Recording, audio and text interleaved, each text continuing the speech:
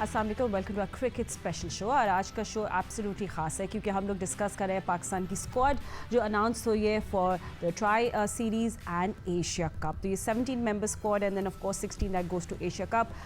Playing 11 क्या होनी चाहिए, we will look at stats. हम लोग हार्ड नंबर्स को देखेंगे। बहुत ज़रूरी है कि हम लोग देखें कि कौन है पावर प्ले के किंग्स, कौन है थोड़े से risky, I mean death overs में किस में दम है और स्लो पिचेस पे कौन स्ट्रगल कर सकता है। और ये जो डेटा देखेंगे और नंबर्स देखेंगे, ये थोड़ा हमें टीम का ट्रेंड दिखाएगा और हमें ये पता चलेगा कि कौन है कंसिस्टेंट और कौन नहीं।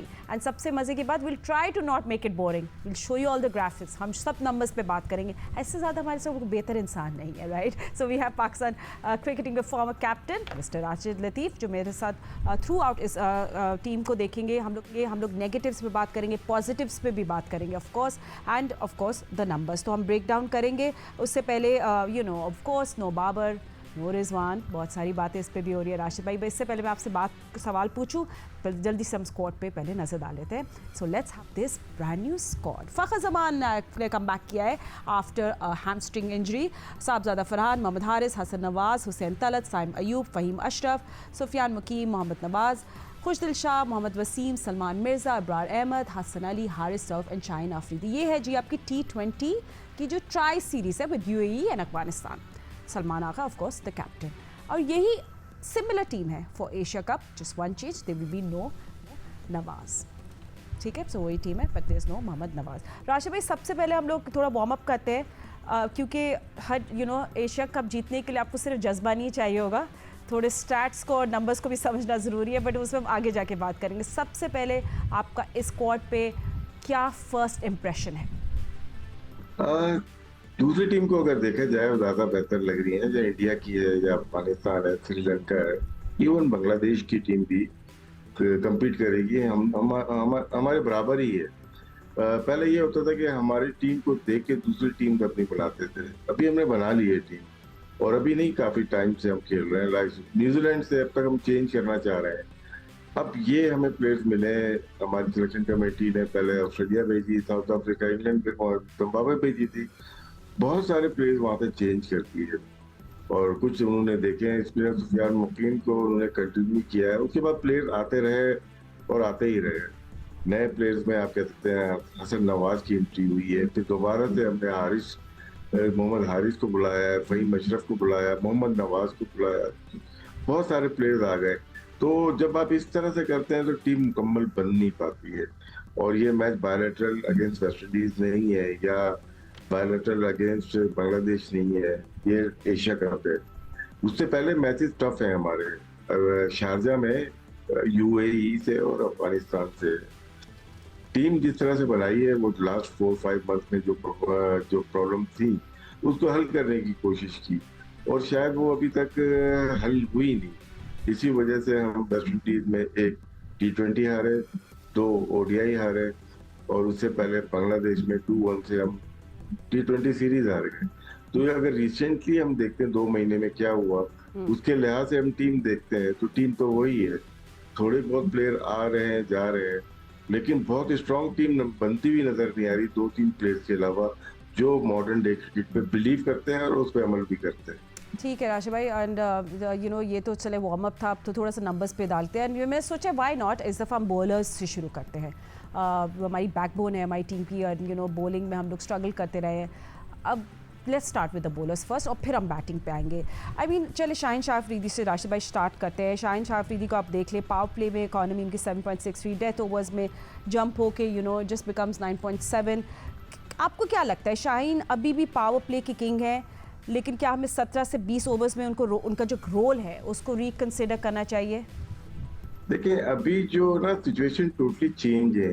ये जो स्टेट्स हैं ये T20 के डोमेस्टिक के इंक्लूडेड है, अभी इंटरनेशनल के टोटली चेंज हो चुके हैं। हसन अली ने टोटल 3 मैचेस खेले और उसमें सेंट्रल कॉन्ट्रैक्ट मिला है। ये बात बहुत हैरानकुन भी है, परेशानी वाली भी है। यहाँ तो मुझे नजर आ रहा है 24 से ही खेल रहे हैं, ये IPL भी हुआ, PSL भी खेले, सारी चीजें खेले, लेकिन नंबर ऑफ मैचेस 3 के ऊपर उनको सेंट्रल कॉन्ट्रैक्ट दिया गया है। यहाँ पे कंसर्न है शाहीन अफरीदी की इकोनॉमी रेट बहुत अच्छी नहीं है। अगर मैं देखता हूँ 6 अक्टूबर 2024 से अगर अब तक देखते हैं तो ये बहुत ऊपर जा चुके हैं। हारिस रऊफ सेम है, ये पुराना डेटा है, इस पे हम बात जरूर कर सकते हैं, लेकिन अब जो इनकी परफॉर्मेंस स्पेशली शाहीन आफरीदी और हारिस रऊफ की, वो नहीं है इसमें। तो ये लाहौर कलंदर्स से जीते भी है तो इनकी परफॉर्मेंस अच्छी नजर आएगी। फहीम अशरफ, इनकी बॉलिंग में बिल्कुल भी डेप्थ नजर नहीं आ रही, सिवाय कोयटा ग्लेडिएटर्स में लाहौर में मैचेस देते उसमें। मोहम्मद वसीम जूनियर ने शायद एक वनडे खेला है जो सेंट्रल कॉन्ट्रैक्ट दोबारा मिला है। तो बहुत सारी बातें हैं इसमें करने की। हुसैन तलत ने एक T20 शायद खेला है या एक ओडीआई खेला है जिसके ऊपर इनको सेंट्रल कॉन्ट्रैक्ट मिला है।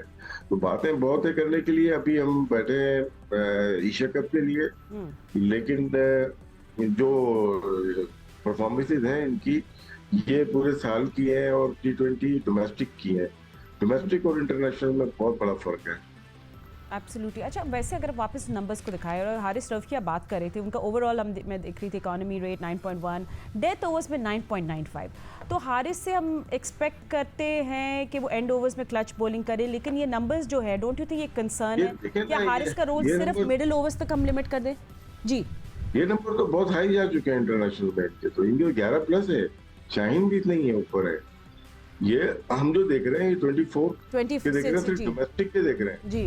तो ये बहुत बड़ा फर्क आ चुका है। जो कि हम हार रहे हैं ना, इस पे तो हम हारते ही नहीं। ये जो परफॉर्मेंस है, इस पे थोड़ी हारते हैं हम हारते हैं इनकी नई परफॉर्मेंस के ऊपर हारते हैं, जो कि इंटरनेशनल क्रिकेट की है। ये 87 मैच तो ये 10 साल तक खेले होंगे नहीं तो, या 8 साल में खेले होंगे। अभी रिसेंट इन्होंने क्या किया है, ये बहुत इंपॉर्टेंट है बात करने के लिए। मुझे ऐसा लगता है जो छक्के लग रहे हैं इनको, PSL में भी लगे, वेस्ट इंडीज में भी लगे, बांग्लादेश में शायद नहीं खेले थे, तो वो हमारे लिए कंसर्न है पाकिस्तान के लिए। पुरानी परफॉर्मेंस तो जावेद मियांदाद, इमरान खान भी खेल लेंगे। अभी रिसेंट परफॉर्मेंस इनकी क्या है, ये बहुत तवज्जो देनी चाहिए हमें। ठीक है, फिर अब क्योंकि बॉलर्स को ब्रेक डाउन करें, थोड़ा हसन अली को भी देख लेते हैं। अभी आपने हसन की तो सरसरी बात करी, बट थोड़े इन डेप्थ भी उनके एनालिसिस कर लेते हैं। आई मीन हसन अली का भी मैं देख रही थी स्क्वाड में जो वापसी हुई है, उनका T20 इंटरनेशनल में बॉलिंग एवरेज 30+ रहा है। तो क्या ये कमबैक जो है एक्सपीरियंस की वजह से हुआ है राशिद भाई, but looking at the pitch या कंडीशंस, या फिर ये आपको लगता है एक टैक्टिकल नीड थी to bring him back? Deal लग रही है मुझे, क्या ना, इसलिए मोस्टली इस्लामाबाद यूनाइटेड का कब्जा है इस वक्त पाकिस्तान क्रिकेट के ऊपर, और ये भी वहीं से थे, कराची किंग्स से परफॉर्म किया है। तो ये बोल के गए थे मैं अच्छी कैटेगरी में मुझे सेंट्रल कॉन्ट्रैक्ट चाहिए और मेरा वहाँ का इंग्लैंड का कॉन्ट्रैक्ट है वो भी नहीं छोड़ूंगा। इस वजह से बांग्लादेश भी नहीं गए थे। अब 3 मैच पे दोबारा इनको B कैटेगरी का कॉन्ट्रैक्ट मिला है इनको, और वो मेरी बात को साबित कर रहा है कि डील हुई है कोई से, और 3 मैचेस के ऊपर किसी को सेंट्रल कॉन्ट्रैक्ट नहीं दिया जाता। बॉलर अच्छे हैं। अब हम बात करते हैं वनडे की और टेस्ट मैचेस की, इसमें कोई डाउट नहीं है भाई, ये बॉलर बहुत अच्छे हैं, लेकिन बॉलर बहुत अच्छे और भी हैं, लेकिन इन पे फोकस क्यों दी गई, यही एक सवाल बनता है, जिसकी वजह से बतदरीज हमारी टीम, क्रिकेट टीम, हमारी बॉलिंग बहुत तेजी से नीचे की तरफ आ रही है, जिसमें सिलेक्शन का मैयार बहुत नीचे आ चुका है। और स्टैट्स तो अभी पुराने नए करके चला लेंगे अब तो, लेकिन खेलना तो ग्राउंड में प्लेयर को है और खेल नहीं पा रहे ground. And you know Rashid भाई, एक पर्सनल ये मेरा एज अ फ़ैन मैं बहुत अपसेट होती थी not seeing Wasim junior, because वो एक ऑलराउंड ऑप्शन तो है आपके पास। मतलब उनका डेथ ओवर स्ट्राइक रेट भी देख रही थी 135+ है, बैटिंग भी अच्छी कर लेते हैं, मगर बॉलिंग में इकोनॉमी 9.5 है। तो ये क्या एक फिनिशिंग ओवर्स का सोल्यूशन बन सकते हैं, या फिर आपको लगता है he could actually be a problem? One day के वेरी गुड बॉलर थे। 2023 के वर्ल्ड कप में यही नजर आए थे, जब जितने भी मैचेस खिलाए जो इंडिया में हुआ था, तो उसमें बहुत अच्छी बॉलिंग की थी। इनका थोड़ा इंजरी का इशू है, देखिए इनके डाटा को हम ले लेते हैं क्योंकि बहुत ज्यादा मैचेस उन्होंने खेले नहीं है उसके बाद इंटरनेशनल। तो इनका जो T20 का है ठीक है, बैटिंग भी थोड़ी बहुत कर लेता है, लेकिन स्पेशली इन ODI बहुत ही जबरदस्त बॉलर रहे, और इनको इंजरी कोई भी नहीं थी बीच में। इनका बॉलिंग एक्शन चेंज किया जा रहा था। कुछ लोग आए हुए अभी पाकिस्तान क्रिकेट बोर्ड में जो कि बॉलिंग सिखा रहे हैं, ठीक है ना, उनको खुद बॉलिंग नहीं आती थी, वो बॉलिंग सिखा रहे हैं। वो 17-18 बॉलर का एक्शन चेंज करने में लगे हुए हैं। एक्शन चेंज इस एज में नहीं होता, उनको पता होना चाहिए।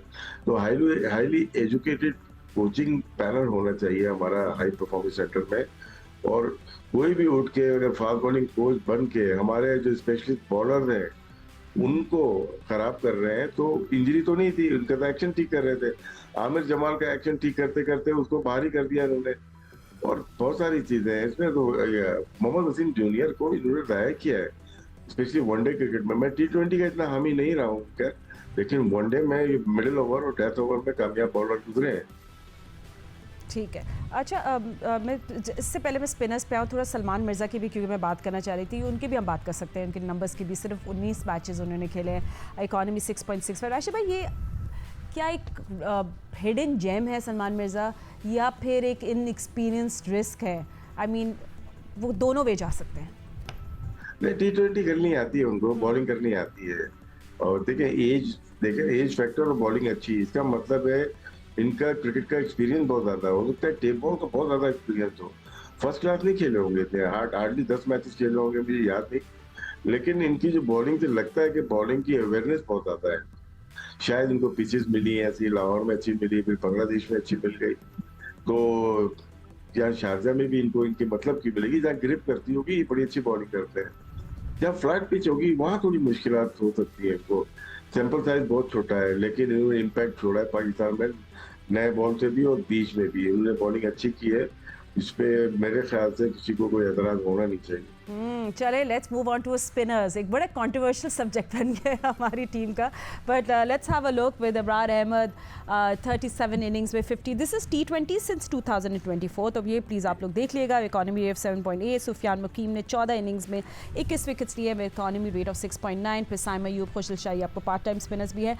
तो स्पिनर्स नवाज़ और अब्रार की भी बात करें। नवाज़ का T20 इकॉनमी 7.6 है, स्ट्राइक रेट वीक है, 25 बॉल पर विकेट, और इब्रार ने भी अभी तक सिर्फ 4 T20s खेले। तो क्या उन पे ट्रस्ट करना एशिया कप के लिए, या I don't know, I think ये हमारी टीम को डिसाइड करना पड़ेगा। आप क्या सोचेंगे इफ यू आर देयर? हमने स्पिनर्स पे बात करनी है, बट उससे पहले एक छोटा सा ब्रेक ले लेते हैं, and will see you right after. Stay with अस।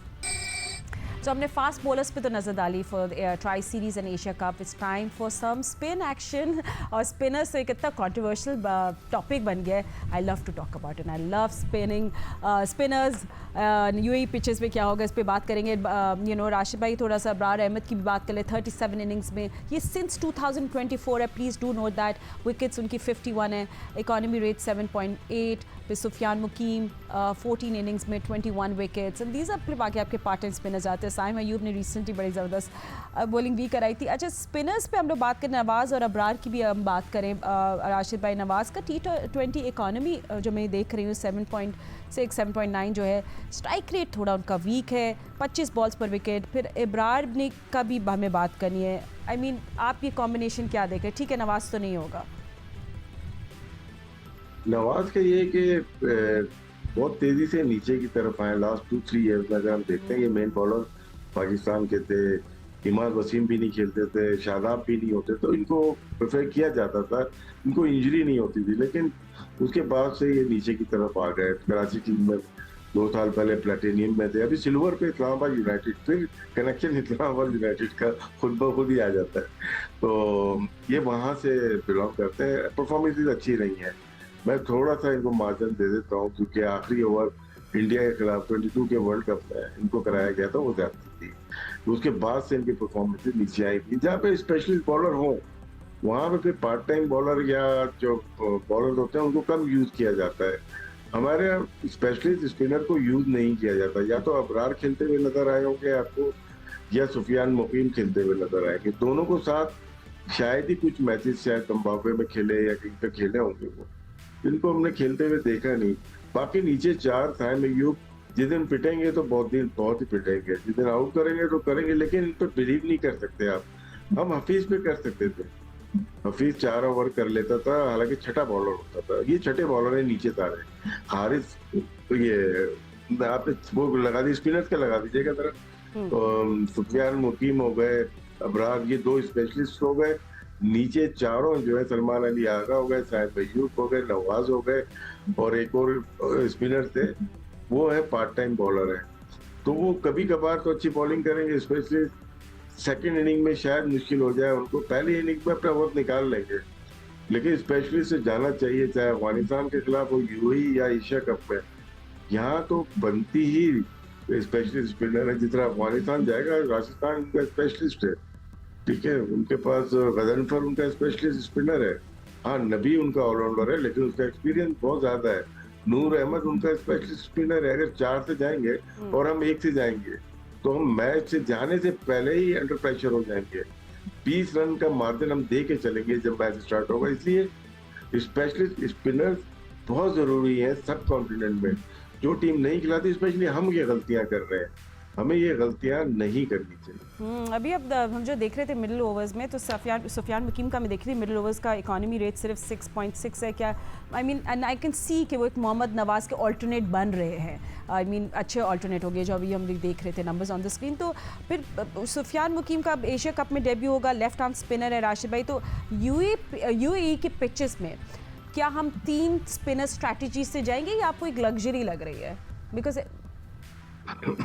तीनों डिफरेंट पिचेस हैं। ठीक है, तीनों मतलब कि आप कह सकते हैं कि शारजा टोटली डिफरेंट पिच है वहाँ पे, और दुबई डिफरेंट है, और अबू धाबी डिफरेंट है। तो तीनों पे अलग अलग टीम खेलती है, स्पेशली बॉलिंग। और शारजा में स्पिनिंग ज्यादातर स्पिनर्स को मदद करती है, वो हिस्ट्री है उसकी। तो वहाँ पे ये तो दोनों खेलते हैं साथ में। हमारे पास जितने भी बैटिंग है वो बॉलिंग कर सकते हैं। हम लोग बहुत ज्यादा बैटिंग बढ़ाने के उसमें बॉलिंग कम कर देते हैं, जिसमें बॉलिंग भी कौन सी कम करते हैं, स्पिन बॉलिंग कम कर देते हैं कि हमारे बैटर्स तो बॉलिंग कर लेंगे। यहाँ पे कहीं भूल चूक हो रही है, इस पर ध्यान देना चाहिए, स्ट्रेटेजी प्लान करनी चाहिए। माइक हैसन को, उनके पास टीम जो है उनको करनी चाहिए कि किन पिचेस पे, किस वेन्यू पे कौन से बॉलर ज्यादा कारआमद हो सकते हैं। उस लिहाज से देखेंगे तो जो हम और आप चाह रहे हैं या पब्लिक चाह रही है, वैसे ही टीम बनेगी। अगर इन्होंने अपना दिमाग का इस्तेमाल कर लिया ना, तो अल्लाह ही खैर है। बिल्कुल। आई मीन लास्ट ब्रेक पे हम लोग सेगमेंट में ज़रूर ये भी सवाल पूछेंगे जो what fans want to know about, तो वो हम ज़रूर आगे जाके पूछेंगे। बट हम बैटिंग में मूव ऑन कर लेते हैं and let's have a look at batters. I think सबसे पहले तो मैं आपसे फ़खर जमान का ही पूछ लेती हूँ। आई मीन वो एक हैमस्ट्रिंग इंजरी के बाद आए हैं वापस राशिद भाई। आई मीन उनका क्या है? फ़खर अभी भी पाकिस्तान के पावर हिटर तो है ये अब, बट जस्ट इनकंसिस्टेंट, और ये दिल टूटता है देख के, एंड इंजरी प्रोन बहुत है। फखर का सबसे ज्यादा मसला इंजरी का है, और वो पूरी सीरीज खेल नहीं पा रहे हैं। अगर आप देखते हैं चैंपियन ट्रॉफी में बड़ी मुश्किल से आए थे। पहले तो उन्होंने एक बयान दे दिया था जो कमेटी में था, उसकी वजह से उनको बाहर कर दिया। उनको ऑस्ट्रेलिया नहीं भेजा, उनको जिम्बाब्वे नहीं भेजा, और उनको साउथ अफ्रीका नहीं भेजा। चैंपियन ट्रॉफी में डायरेक्ट आते हैं, अनफिट हो जाते हैं, फील्डिंग करते हैं, और वो एक मैच काउंट हो गया उनका। उसके बाद शायद बांग्लादेश के खिलाफ एक आध मैच खेला, फिर उसके बाद बांग्लादेश में 2 मैच खेला, अभी वेस्ट इंडीज में 1 मैच खेला।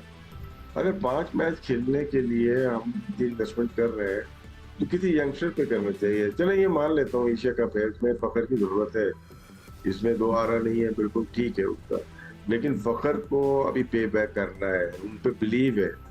उनको अपने ऊपर तो नहीं होगा, हमें उनके ऊपर बिलीव है कि वो पाकिस्तान का मैच विनर है। वो जब खड़े होंगे, जब खेलेंगे, और वो जितवाएंगे। जिस तरह लाहौर कलंदर को इस दफा उन्होंने जितवाया है, बैटिंग करके जितवाया है ना। तो अभी पाकिस्तान की डिमांड है कि हमारे पास बहुत से प्लेयर्स नहीं है, और आपको फोकस दी गई है। आप विदाउट परफॉर्मेंस, विदाउट फिटनेस आपको फोकस दी गई है, और आपको सेंट्रल कॉन्ट्रैक्ट भी बी में दिया गया है।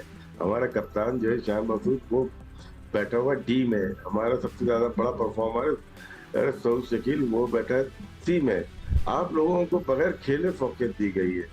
अभी कुछ खेल के दिखा दे तो हम साबित करें कि आप लोग डिफेंस करते हैं। बिल्कुल, मैं देख रही थी अभी इनका T20 पे जो स्ट्राइक रेट है 133 रहा है लास्ट 15 इनिंग्स में फ़खर जमान का। अब साइम अयूब हाइप है। लास्ट जो खेली ना, लास्ट जो इनिंग खेली है, इन्होंने 113 के स्ट्राइक रेट, 101 यानी 5 T20 खेले, 101 टोटल रन है, 113 का स्ट्राइक रेट है। क्योंकि मैं उसको इस तरह से मैनेज कर रहा था कि जून से लेके जुलाई, या जुलाई से लेके जून तक 1 ईयर बनता है आपका सेंट्रल कॉन्ट्रैक्ट का। तो वहां से वहां तक आपके मैचेस कितने हुए, तो 5 मैच में 101 रन पे आपको सेंट्रल कॉन्ट्रैक्ट अवार्ड किया गया, और विदाउट फिटनेस। बिल्कुल। अब साइम अयूब की बात कर लेते हैं। देखिए हाइप तो उनकी बहुत है, नंबर्स अब देख लेते हैं। लास्ट 10 जो आखिरी 10 T20s में मैंने देखा है और साइम का स्ट्राइक रेट भी 142 रहा है। ऑफ कोर्स फिर उनकी इंजरी है और सब कुछ भी, लेकिन एवरेज सिर्फ 19। तो क्या ये, मुझे सबसे बड़ा सवाल है as a fan, as someone who loves cricket, क्या साइम जो है वो एक एशिया कप जैसा प्रेशर जो टूर्नामेंट में होता है वो हैंडल कर पाएंगे या नहीं? I think that's a big question. Utility player है, पहले ये गुड बैट्समैन था, अभी यूटिलिटी प्लेयर हो गया। दो डिफरेंट है। बॉलिंग के ऊपर बॉलिंग अच्छी करते हैं ये लेकिन डाइवर्ट होगी परफॉर्मेंस, कभी बॉलिंग करेंगे तो कभी बैटिंग करेंगे। हमें शायद इनकी बैटिंग की ज्यादा जरूरत है और बिल्कुल। बैटिंग ये डिवाइड कर दिया है अपनी। और जब 4 ओवर कर लेते हैं ना T20 में, पहली बैटिंग में, पहली फील्डिंग में, तो फिर आप और डाइवर्ट हो जाते हैं। एज ए विकेट कीपर मैं अपने आप को अगर देखता हूँ, फर्क होता है कि आप ड्यूल रोल हो टीम के अंदर और आप वैसे ना हो जैसा हम लोग तो समझ रहे हैं। बड़ा ग्रेट बॉलर है और ग्रेट बैट्समैन है, अपनी जो साख में बनाई थी वो हल्के हल्के खोते जा रहे हैं। लेकिन ये अच्छा मौका है, मासेस में लोग देखते हैं वर्ल्ड कप, एशिया कप, तो यहाँ पे अगर परफॉर्म करेंगे दोबारा अपनी खोई हुई साख वापस लेके आ सकते हैं। बिल्कुल, देयर चांस है, फुल चांस है उनके पास हीरो बनने का। बट क्या मोहम्मद हारिस के पास भी चांस है टू बिकम ए हीरो? उनके नंबर्स भी देख लेते हैं राशिद भाई। अब मोहम्मद हारिस एक एग्रेसिव बैटर है।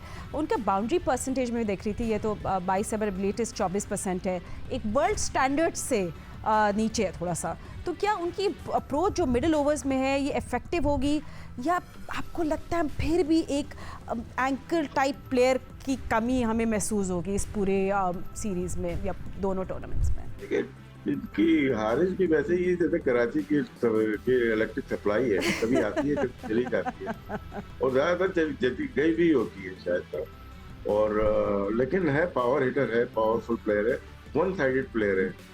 ये बोथ साइड ऑफ विकेट्स नहीं खेल पाता, जिसकी वजह से जिस दिन खेल गया उस दिन अपने पिछले मैच कवर कर जाता है। जैसे बांग्लादेश के खिलाफ एक सेंचुरी की थी उन्होंने, वो 8 मैच को कवर कर गए स्ट्राइक रेट के लिहाज से, बाउंड्री रेशियो के लिहाज से, लेकिन जो अंडे किए हैं वो हिसाब में नहीं आ रहे। तो वो जो परफॉर्म नहीं किया 8 मैचेस में, वो हमें वरी साइन है कि कंसिस्टेंट होना चाहिए। एक मैच बाद नहीं, 2 मैच बाद, लेकिन 3 मैच के बाद एक परफॉर्मेंस होनी चाहिए मैच विनिंग। वो अभी लैग कर रहे हैं। शायद अभी 2-4 साल और खेलेंगे, उसके बाद तजुर्बा हासिल हो जाएगा, उसके बाद परफॉर्म करेंगे। और जो हम लोग देख रहे थे अब चले थोड़ा सा और भी बैटर्स पे बात कर लेते हैं। सलमान अली आगा पे एक्चुअली मैं बात कर लेती हूँ पहले, फिर उसके बाद हम और बैटर्स पे नज़र डालेंगे। सलमान अली आगा अब देखिए कैप्टन भी है, पिछले 10 T20s में उनका स्ट्राइक रेट 118 रहा है। राशिद भाई, क्या स्ट्राइक रेट नीचे वाले प्लेयर जो हैं T20 बैटिंग ऑर्डर जस्टिफाई करता है? क्या उनका रोल फिनिशर टाइप होना चाहिए? I mean where do you see him throughout? I mean कहाँ खेलना चाहिए सलमान आगा? मैं इनको देखना चाह रहा था कि हमारे साथ शो कर रहे होते एशिया कप का साथ में। इनकी टीम में जगह नहीं बनती। मैं पहले भी बोल चुका हूँ, रिपीट कर रहा हूँ, जब मैं एक बात पे अड़ जाता हूँ तो उस पर दोबारा अटल ही रहता हूँ। इनकी जगह नहीं बनती, ये कप्तान है पाकिस्तान के और हम होप करते हैं कि अच्छा परफॉर्म कर रहे हैं और डिस्टर्ब लग रहे हैं। अपना नंबर छोड़ दिया ये 3 नंबर पे खेलते हुए 4 पे जा रहे हैं, 5 पे जा रहे हैं, जितने ओवर कम होते हैं अपने आप को हटा लेते हैं। इसका मतलब है पाकिस्तान सारे मैच 10 प्लेयर से खेल रहा है। तो ये एक बहुत बड़ा साइन है पाकिस्तान क्रिकेट के लिए कि आपका कैप्टन जगह नहीं बन रही हो, इतना बड़ा टूर्नामेंट खेलने जा रहे हो। लेकिन बहुत सारे केसेस वर्ल्ड में हुए हैं ऐसे, ये नहीं है कि हम बिल्कुल माइनस ही कर दें। Salman Ali bowling finger spinner है, अच्छी कर सकते हैं। बैटिंग में जरूरी नहीं है कि 180 190 के मैचेस हो, 130 में भी हम फंसते हैं। तो 130 में अगर हमें प्रॉब्लम हो रही है तो सलमान अली अगर 30-40 अगर कर दे और पाकिस्तान टीम को मैच जिता दे तो बहुत अच्छा हो। इनके लिए आइडियल सिचुएशन होगी ये, फिर शारजा और दुबई में इनके लिए आइडियल सिचुएशन होगी, क्योंकि पार स्कोर ही 150 होगा। तो उसके अंदर तो बहुत यूटिलिटी प्लेयर होंगे ना, बॉलिंग एंड बैटिंग दोनों। फील्डिंग इनकी अच्छी है, लेकिन ओवरऑल अगर देखा जाए वर्ल्ड क्रिकेट में फिर थोड़ा पीछे है। हमने हसन नवाज़ की बात करनी है, हमें साहबज़ादा फरहान की करनी है, थोड़ा हमारा और भी बात करेंगे। Surprise packages, Hussain Talat, Khushdil Shah, all of this after a break. And of course popular questions about no Rizwan, किसकी ओपनिंग पेयर आपको ज़्यादा लग रही है कि चलेगी?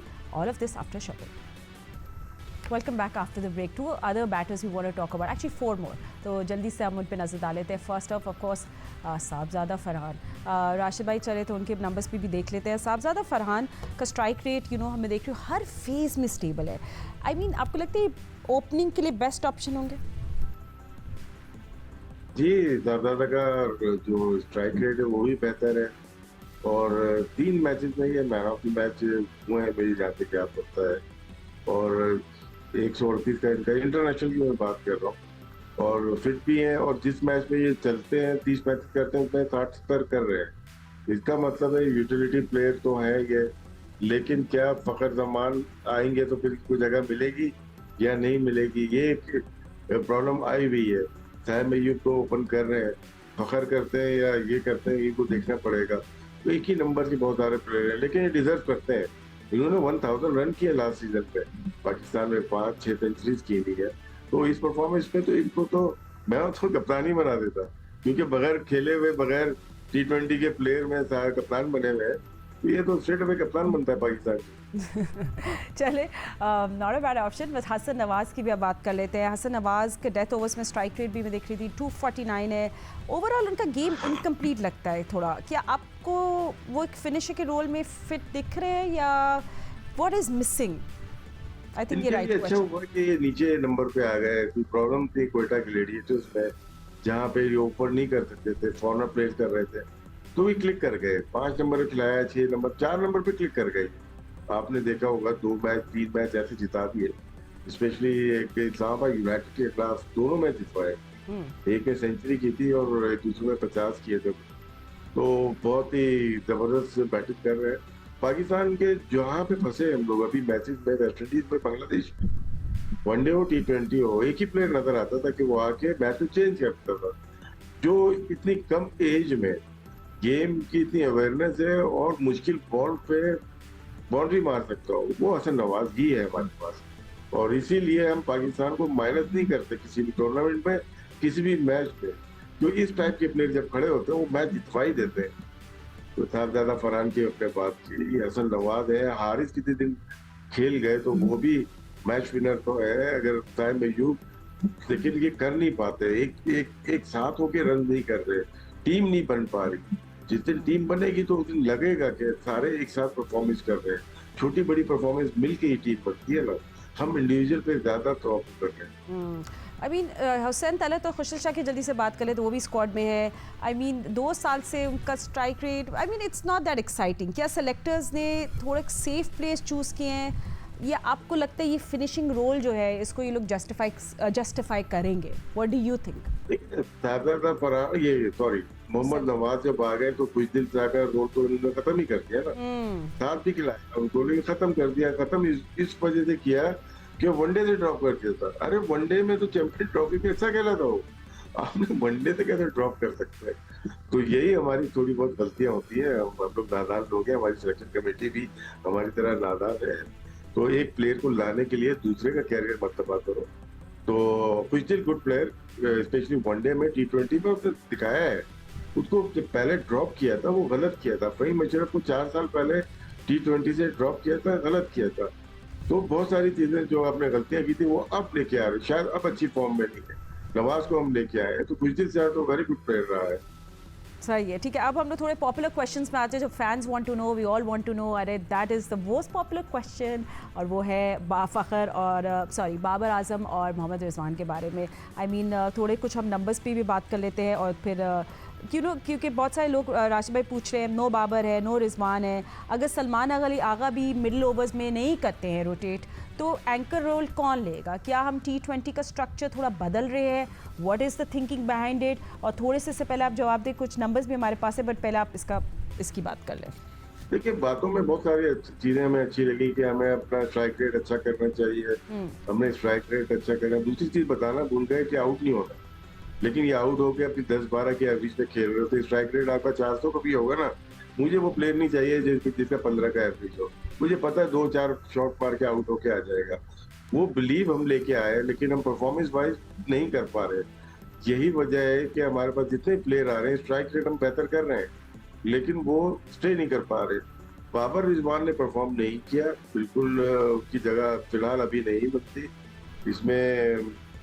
ये है कि लोगों का क्वेश्चन इसलिए कि वो एक अरसे से खेलते हुए आए, नजर आए खेलते हुए, ठीक है, लेकिन उनकी परफॉर्मेंस वनडे हो या T20 हो इस कैलिबर की नहीं है कि हम उसके ऊपर बात कर सके। ठीक है, क्वेश्चन है, उसका जवाब देना जरूरी है।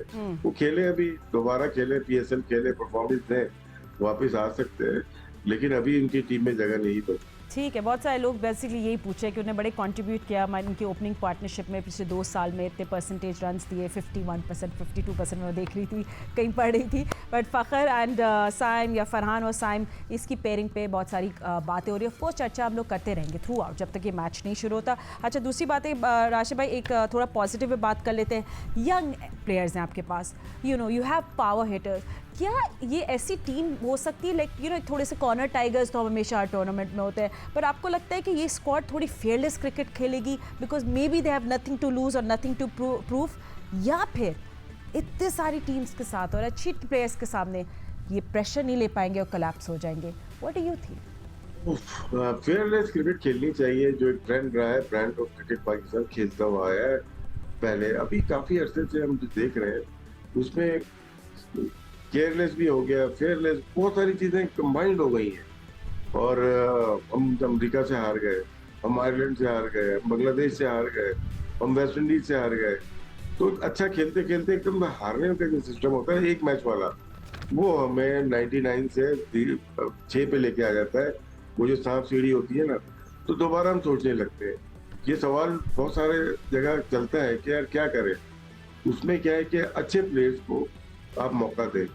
ये भी प्लेयर हैं, लेकिन बहुत अच्छे नहीं, एक ही नंबर के प्लेयर हैं। जब एक नंबर के प्लेयर होंगे ना, क्लैप करेंगे तो एक ही तरह से करेंगे। जो नया बॉल से खेलता हुआ आ रहा है, उसको आप आखिरी के 12 बॉल देंगे, वो नहीं खेल पाएगा। तो ये यहाँ पे हमें एक देखना चाहिए किस तरह से। मैं सिलेक्शन कमेटी से मुत्तफिक नहीं हूँ, जो सिलेक्शन हमें पेश किए जा रहे हैं, एक से एक टीम में हमें बना के दिए जा रहे हैं। जीत जाए अच्छा है। हम क्रिटिसाइज हमने इंजमाम और फजातुल्लाह बासी, तौसीफ अहमद और वसीम हैदर की टीम की सिलेक्शन को भी किया था, लेकिन उन्होंने हमें गलत साबित किया 2017 में जीत के कि नहीं, आप जिसको सोचते हैं वही प्लेयर जितवाया। अब उनके जमाने के प्लेयर ये दोबारा लेके आ रहे हैं, तो हम तो बिलीव नहीं करेंगे ना कि सिलेक्शन सही हो रही है। ठीक है, तो समरी सिंपल है, शाहीन और फरहान हम देख रहे हैं हमारी स्क्वाड में वो कंसिस्टेंट है, हसन नवाज है, वो फायर पावर लेकर आ रहे हैं, लेकिन अभी भी हमारी डेथ ओवर्स और स्पिन पे एक सवाल है ना, हम रेड फ्लैग्स है। आई मीन आप लोग जो हमें देख रहे हैं अपने घर पे, आप लोग बताएं कि आपको क्या लगता है कि एशिया कप में एक्स फैक्टर कौन से प्लेयर लेकर आ सकते हैं? कमेंट्स में हमें ज़रूर लिखा करें, सो हम लोग पढ़ते हैं, फिर मज़ा भी आएगा पढ़ के। But anyway, thank you so much for watching. Tri nation series शुरू हो जाएगी 29 अगस्त से, and of course sports floor पे हमारे एनालिसिस जारी रहेंगे। अभी इतना ही वक्त है, अल्लाह हाफिज़।